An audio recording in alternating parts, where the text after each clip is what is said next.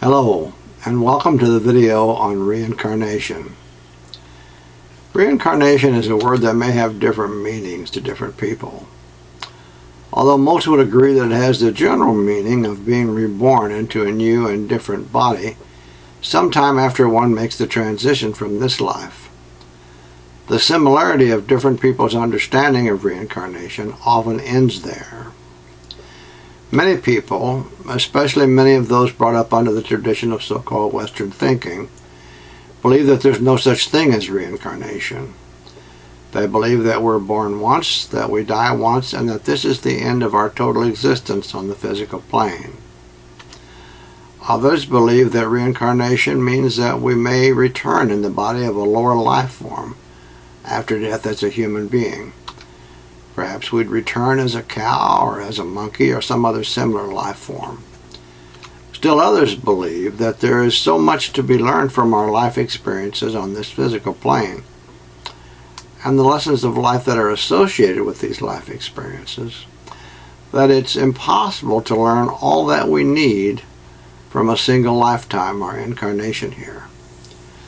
Because of this, they believe that we therefore make the decision that as we at a higher level of consciousness, our higher selves, make the decision to return again and again as necessary, with the trend generally being toward higher levels of existence and understanding until we have learned all that we need to learn from living in this physical, material world of existence. That higher level is as opposed to lower animal forms. Now, this speaker agrees with the latter school of thought, as you will see from other teachings in this series of videos that have also touched on the subject of reincarnation. We, at a higher level, do choose to return here as necessary, and when we return, the tendency is toward a continuing process of evolving to higher levels of human existence and understanding, and generally not that of returning to lower animal forms. Although the speaker respects the beliefs of others to the contrary, I cannot justify to my own mind and heart such beliefs for myself. I do not seek to persuade any person away from their existing beliefs. Each person should follow their own truth in their own hearts and allow others to do the same. These videos that I'm creating are for those who are seeking greater understanding because they can no longer accept and believe in that which may have been truth for them in the past. Some will say that truth is truth and can never change. I have stated previously in the videos of this series that some people believe that the only real truth is that all truth is relative. I stated there also, to explain further on that, what is true for children may no longer seem true for young adults or be true for young adults. And what is true for young adults may not be true for mature persons with years of life's experiences behind them. As the years go by, life has a way of changing our perspective, so that many of the things about which we were so uncertain when we were young, we understand with confidence and more clarity in later years. On the other hand, there are many things about which we were so certain when we were young, become such that we must later re-examine these so-called truths in the light of our many years of experiencing life.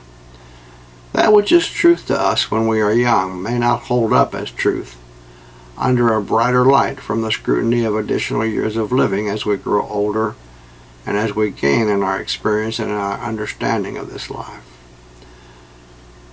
That same concept, however, that our perception of what is true may change, which holds true for us in the physical life, can be just as true in our spiritual beliefs as we grow in spiritual understanding also. Now, many who do not believe that humans reincarnate at all quote the Judeo-Christian Bible, which tells us in the book of Hebrews 9:27, quote, "And as it is appointed unto men once to die, but after this the judgment," end quote. Now, those who have an understanding of reincarnation, however, would not disagree with that statement.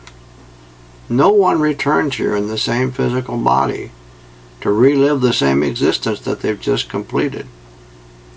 That particular human person in that particular physical body is born once, lives once, dies once, and then from a higher level existence examines that life to evaluate or judge where goals were met, and conversely where there's need to try again in a subsequent lifetime, when they will be born into a new body with a new name as a completely new and different person.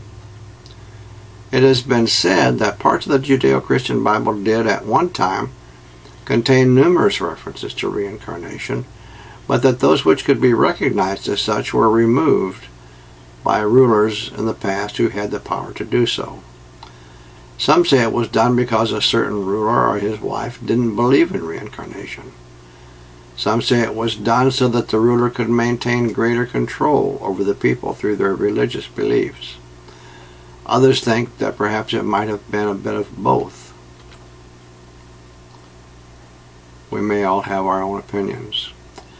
There are still several references to reincarnation in the Judeo-Christian Bible today, although they are not as easily recognized as the more direct references, which some claim have been removed.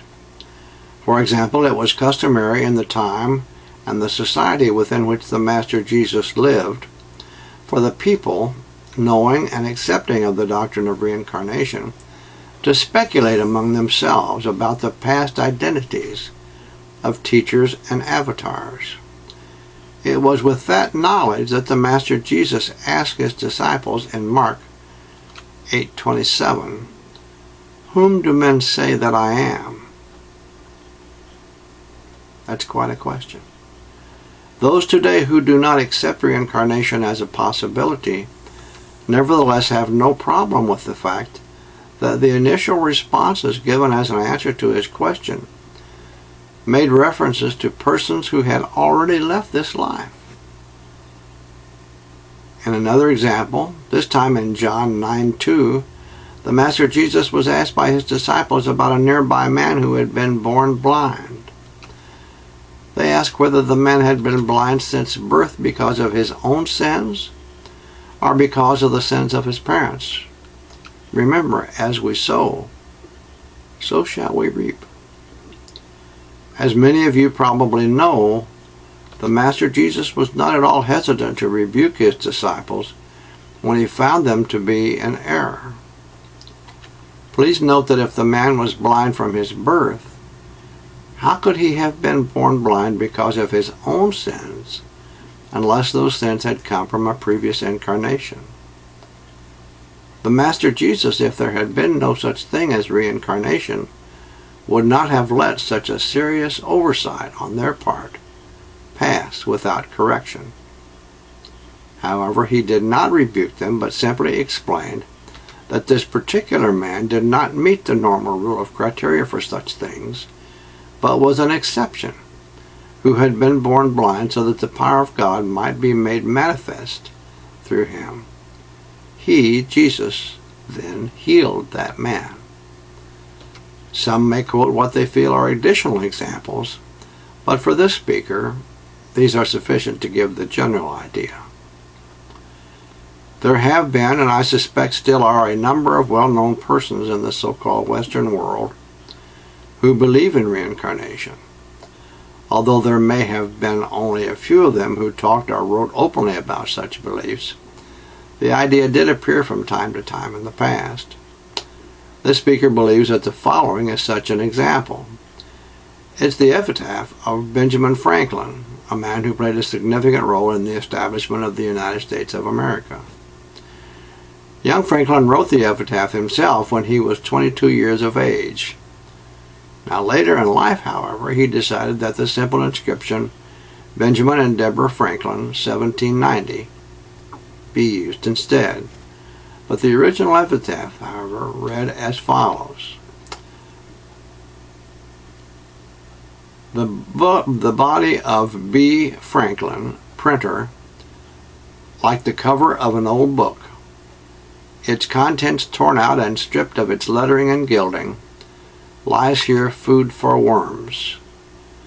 But the work shall not be lost, for it will, as he believed, appear once more in a new and more elegant edition, revised and corrected by the author. Now, I personally believe that to be a direct reference to reincarnation. I suspect, however, that most people would agree that this epitaph written by Benjamin Franklin early in the adult years of his life is, in fact, a not so subtle reference to reincarnation. I think a lot of people would agree with me. There are, of course, those who would not accept the idea that one of America's founding fathers could have held a view so unlike their own beliefs. Fortunately, however, the world is big enough to hold everyone's views on this often controversial subject. Now here's another non-biblical and perhaps more subtle example by a well-known author. I am particularly partial to this poem. It is hoped that you will enjoy it also. It's a poem by Oliver Wendell Holmes titled The Chambered Nautilus. It has been included here for your enjoyment. Again, here is The Chambered Nautilus. It goes like this. Build thee more stately mansions, O my soul, as the swift seasons roll. Leave thy low vaulted past. Let each new temple, nobler than the last, shut thee from heaven with a dome more vast, till thou at last art free, leaving thine outgrown shell by life's unresting sea. Oliver Wendell Holmes. Now, none of these examples have been given here as indisputable proof of reincarnation. They're simply offered by me for your consideration. Those who don't believe in reincarnation are not going to be so easily persuaded to that way of thinking, and those who already know that the concept of reincarnation strikes a resonant chord within themselves will require no proof. It may be of interest to note that for many Eastern cultures, this belief is an accepted way of life. In a separate video, which asks the question, what is this thing called life? I will delve into more of the details on the subject of reincarnation, including the fact that generally the length of a typical lifetime on this earth is approximately 70 years. Again, then, generally followed by approximately another 70 years on a higher plane of existence. The video also discusses briefly why we come to this earth plane and why we choose to have certain life experiences. Perhaps it can be of help in understanding something that has deeply puzzled much of humankind for millennia. Why do so-called bad things seem to happen to good people? I trust that when you watch that video, you will find it interesting. For now, I believe that we have adequately covered the general subject of reincarnation, at least for the purposes of this video. For those who are interested in how it ties in with various decisions involving different life experiences, perhaps you'll want to watch that other video I mentioned previously. I hope and trust that you've found the information in this video to be both interesting and worthwhile. I want to thank you for watching, and you're now invited to watch the next video, which covers the subject just discussed. What is this thing called life? Again, thank you.